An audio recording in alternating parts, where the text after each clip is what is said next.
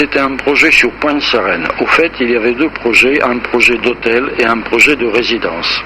Ces projets avaient obtenu l'agrément du ministère du Tourisme, les autorisations de construire, et nous avons, avec un pool de promoteurs, attaqué les travaux de viabilisation du secteur, c'est-à-dire la route, l'électrification et l'adduction d'eau qui étaient prévus. Le 30 décembre 2004, les services d'urbanisme accompagnés des services de la SAPCO sont venus nous arrêter les travaux de viabilisation. Ce qui fait que ça a entraîné l'arrêt de l'ensemble des chantiers qui étaient à Pointe-Sarène. Il y avait 9 projets en construction et 4 projets en recherche d'autorisation. Ça a entraîné, au bout d'un certain laps de temps, le licenciement du personnel des projets et le renvoi des entreprises. Donc un premier préjudice subi par les entreprises et par les employés de ces projets. Aucun projet n'ayant pu prospérer, il n'y a pas eu de création d'emplois. Donc au fait, on a supprimé cette possibilité de création d'emplois maintenant depuis 9 ans. Les promoteurs qui ont investi, ils ont immobilisé leur capital, qui placés ailleurs auraient pu prospérer. Donc on nous a privés de nos revenus durant toute cette période. Par ailleurs, il y a eu des dégâts collatéraux, puisque parmi les promoteurs, un promoteur qui avait été amené à faire un emprunt bancaire, n'ayant pu prospérer dans ses travaux, n'a pas pu rentabiliser et rembourser les emprunts, ou tout au moins payer les intérêts.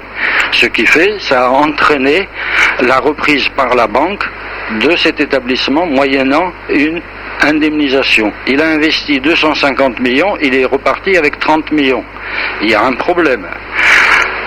D'autres promoteurs qui sont venus avec l'agrément de la PIX, n'ayant pu obtenir l'agrément de la SAPCO et n'ayant pu obtenir les autorisations de construire, au bout de 6 mois, ont été obligés de vendre le matériel qu'ils avaient importé et repartir en Belgique pour essayer de se refaire une situation qu'ils avaient abandonné. Ils ont vendu tous leurs biens pour venir au Sénégal.